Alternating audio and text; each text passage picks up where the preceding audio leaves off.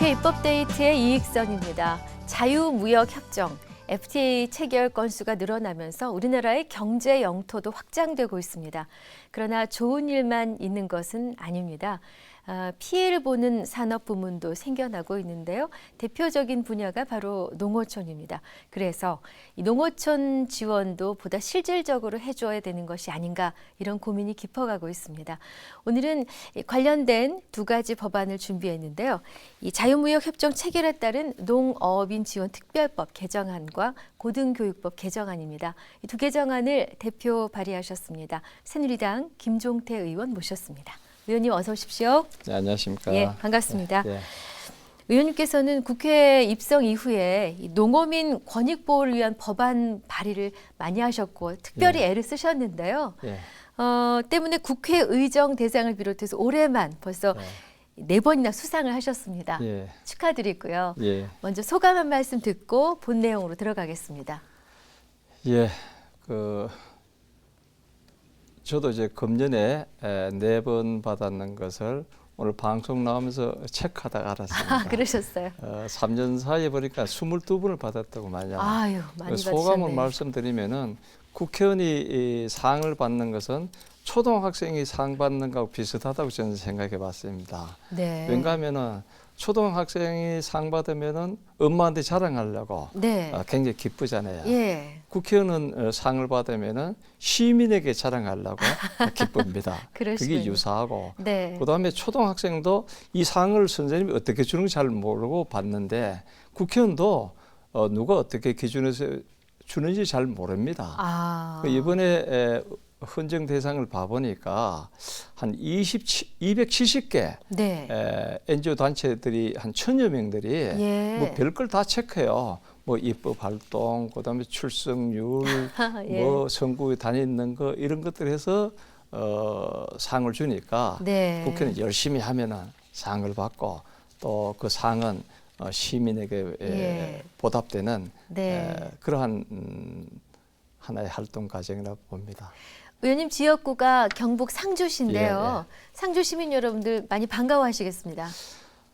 모르겠습니다. 그 국회는 열심히 해가지고 상을 받았는 것에 대해서 학부모 입장에서 아마 안 좋겠나 싶습니다. 자, 이제 오늘 소개해 주실 내용으로 들어갈 텐데요. FTA 체결에 따른 농어민 지원에 관한 특별법 개정안입니다. 주요 골자가 되는 것이 피해 보전 직불금이라는 단어가 등장하는데 이게 어떤 겁니까? 이 법은 이제 04년도에 최초로 한국과 칠레가 FTA를 할 때 모든 산업은 덕을 보지만은 농업은 손을 본다. 그래서 예측을 하고 법은 잘 만들었습니다. 11년 전에. 그런데 그 법을 만들면서 좀 조건을 까다롭게 해놨어요. 피해가 본 것이 뭐 10% 이상이 돼야 된다. 그다음에 수입 물량이 애초보다 계획된 것보다 몇 퍼센트 이상이 돼야 된다. 그런 것도 충족해야 되다 보니까 사실은 법은 돼 있는데 시행은 적었었습니다. 그러니까 11년 동안에 예산은 4,400억 정도가 편성돼 있었는데 농민들에게 준 것은 한 500억, 한 10분의 1 정도 줬어요. 그것도 13년도에 송아지 한 뭐 180억, 작년도에 감자, 고구마 뭐 이런 그 송아지에서 한 230억. 그러다 보니까 실질적인 농민 피해 저것은 법이 까다로워 가지고 시행이 잘 안 되는 그것을 좀 쉽게 적용받을 수 있도록 개정안을 발의했습니다. 그 의원님께서 주신 자료를 제가 가지고 있는데요. 보니까 품목의 평균 가격의 90% 이하로 가격이 하락될 때, 총 수입량이 평균 총 수입량보다 증가될 때, 협정 대상국으로부터 상대국으로부터 수입량이 기준 수입량보다 증가될 때, 이 세 가지가 다 돼야만 지금 어렵죠. 아유 어렵네요 진짜. 그래서 이제 개정안은 좀 쉽게 쉬운 것은 FDA 하면 통상 관세가 없어지는 게 10년 내지 15년입니다. 그 유효 기간이 10년으로 돼 있어요. 그러면은 덕도 보기 전에 함몰돼 기간이 끝나기 때문에 네. 이걸 10년에서 20년으로 늦추고 네. 그다음에 그 조건은 없앴고요. 네. 피해액은 농산품이 꼭 10% 이상 피해가 안 되더라도 5% 그 밑에 되더라도 보상을 해주고 네. 그다음에 보상액이 옛날에는 피해 본 거의 90%를 한다 그랬는데 피해 본 만큼 다 해주는 걸로. 그래서 이것은 경제부총리하고 네. 그다음 농수산물 장관하고 농식품 장관하고 네. 당정 협의할 때 그렇게 해야 되겠다고 합의해 놨기 때문에 네. 순탄히 잘 가려 봅니다. 얼마나들 반가우실지요. 예. 농가에서는. 예.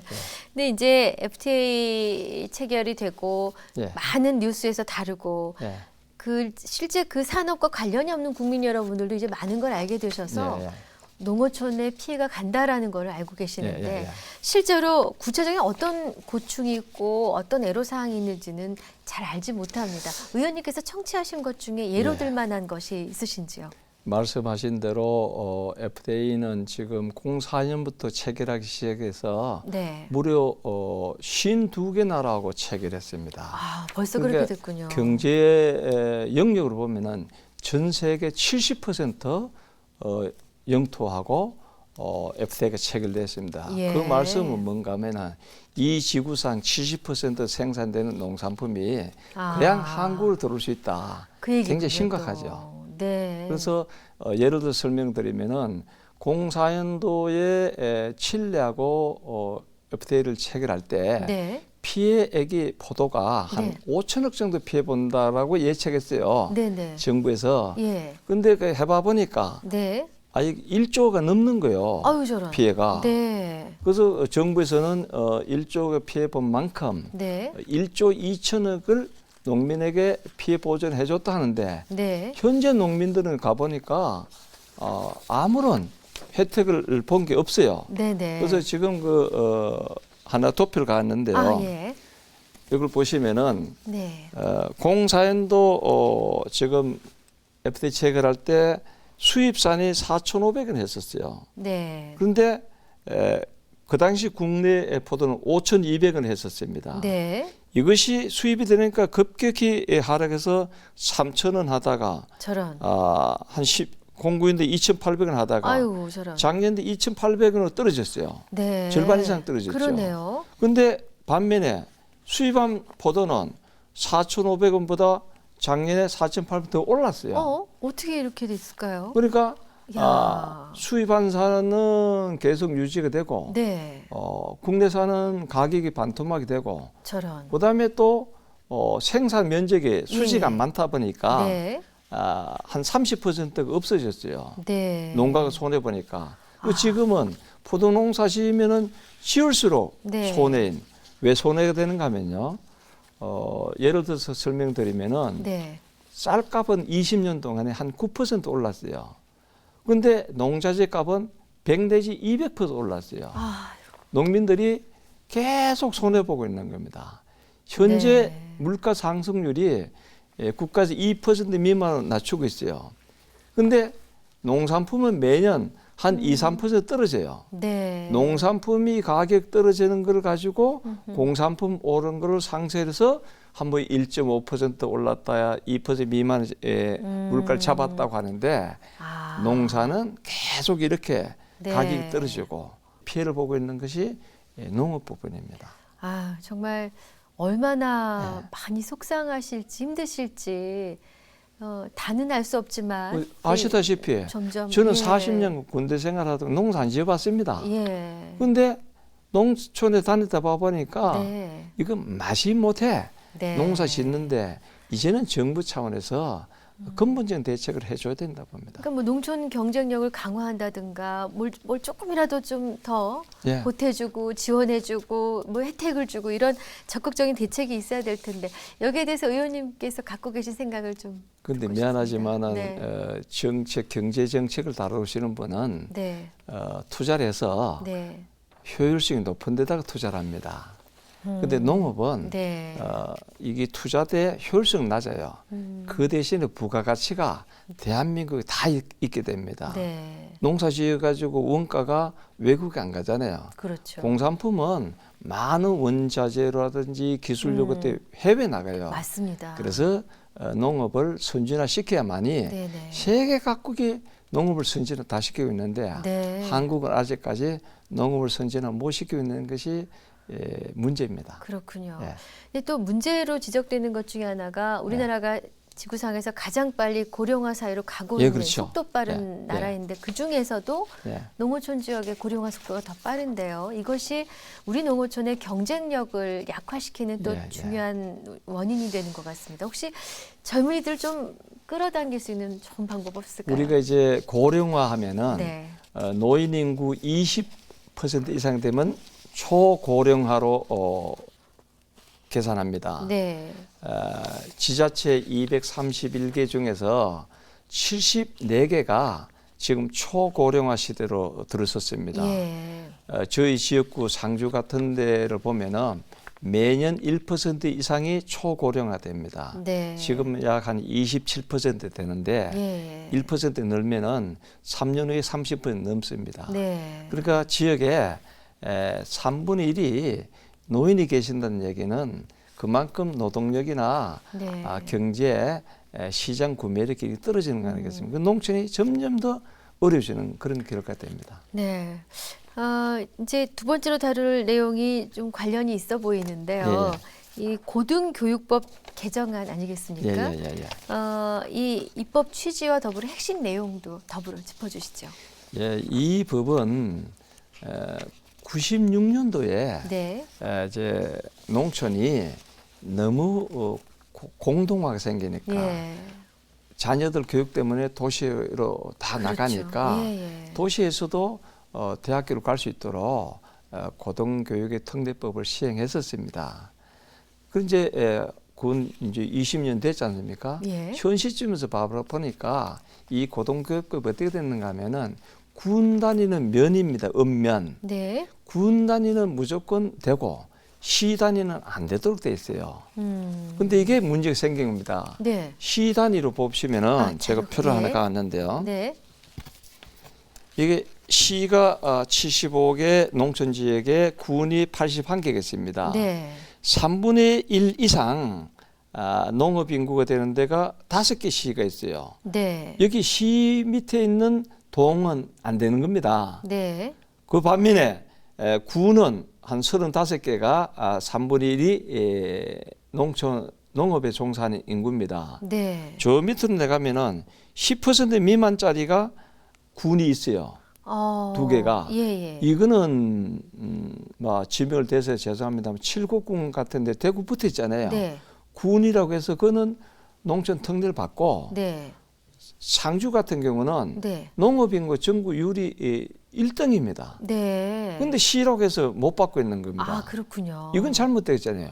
50% 농업인구는 못 받고 있고 예. 10% 미만인 군단위는 받고 받고 있고. 있고 그래서 이게 그러네요. 불평등하다. 네, 형평이 그래서 어긋나네요. 최소한 농업인구 3분의 1 이상 되는 네. 시 정도는 그러면 경상도에 한 2개 시, 전라도에 2개 시, 네. 제주도 하나, 그것도 동서남이 됩니다. 네. 그 정도는 균형이 되네요. 특례로 해주자는 법을 제안했습니다. 네, 정말 현안 중에 현안이셨겠습니다. 지역에서는. 예.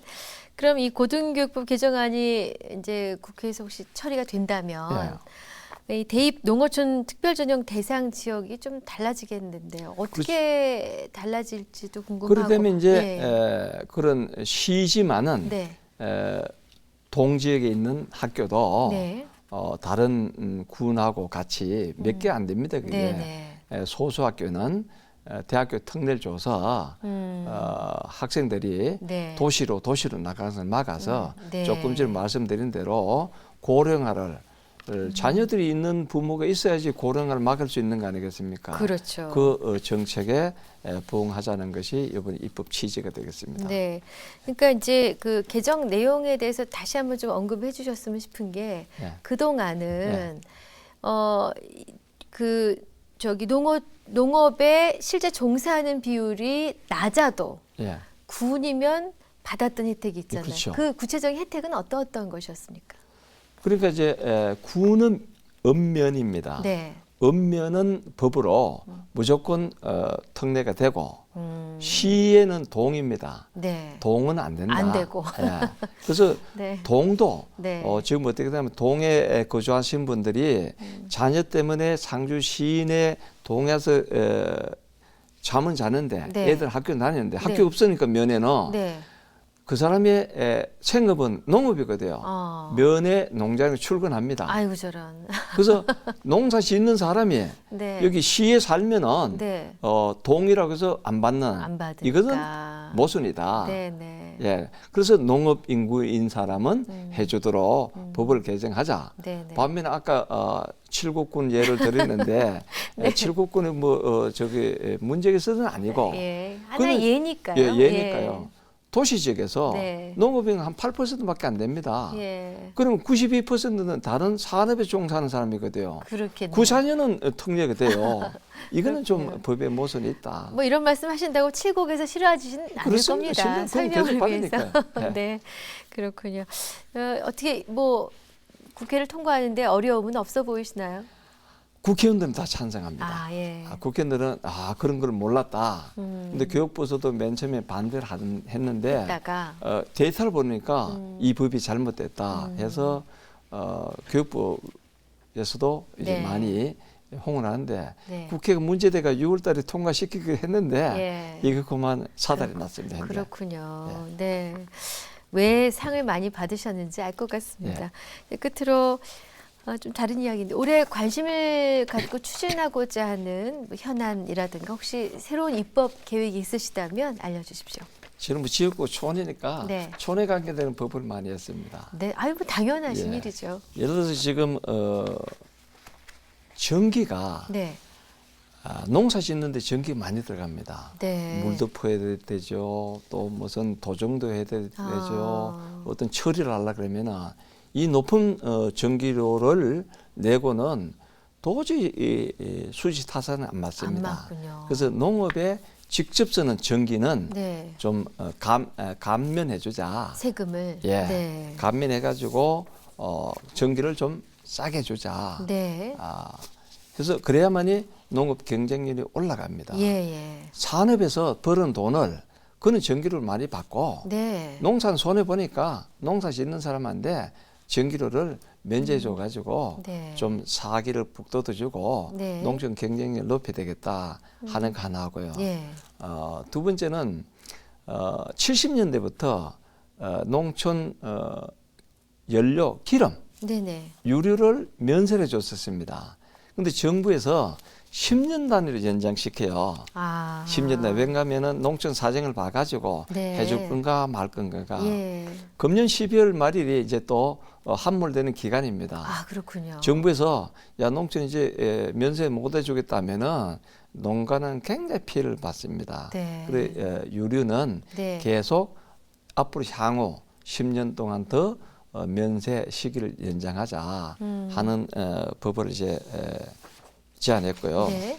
나머지 이제 우리 여름에 떠들썩했던 쌀 관세와 네네. 쌀 관세와 때문에 정부에서 농민을 그나마 이제 달래는 것은 관세율을 513%로 하겠다. 네. 이 농민들 못 믿어요. 정부에서 언제 513%를 400을 낮추면은 네. 농민들 쌀은 무너진다. 네. 그래서 정부에서 관세율을 낮출 때는 네. 국회 승인을 받아라. 예. 원래 현재도 관세율을 낮출 때는 국회한테 보고하고 하도록 됐어요. 예. 그게 비슷하지만은 보고로 끝나는 것이 아니고 승인. 국회 통과, 승인을 받고 관세율을 낮춰라. 예. 그래야만이 입법부에서 행정부를 도와주는 겁니다. 네. 행정부가 외국하고 협상할 때 네. 국회에서 일이 나왔으니 그렇죠, 우리는 그렇죠. 국회 설득시킬 수 없다. 그래서 그러네요. 농민을 보장하자. 네네. 그래서 정부에서도 그렇게 나쁘지 않는 법입니다. 네. 그럼 농민들은 안심이 되죠. 예. 관세율이 513 유지된다. 그럼 마음 놓고 농사 지을 수 있잖아요. 네. 조금 전에 말씀드린 피해 보상 직불금은 네. FTA로 인해서 가격이 떨어지면은 예? 네. 그 가격을 보상해 주자. 그러면 농사가 조금 어떤 예측 가능하잖아요. 그렇죠. 예측 가능해야지 젊은이들이 와서 농사 짓죠. 그렇죠. 고령화가 네.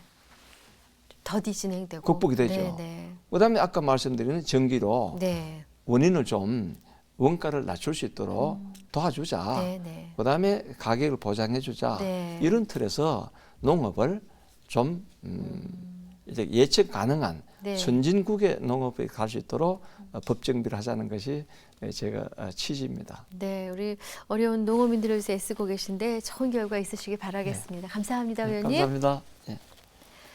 네, 국회 입법데이트 오늘은 새누리당 김종태 의원과 함께했습니다. 시청해주신 여러분 고맙습니다.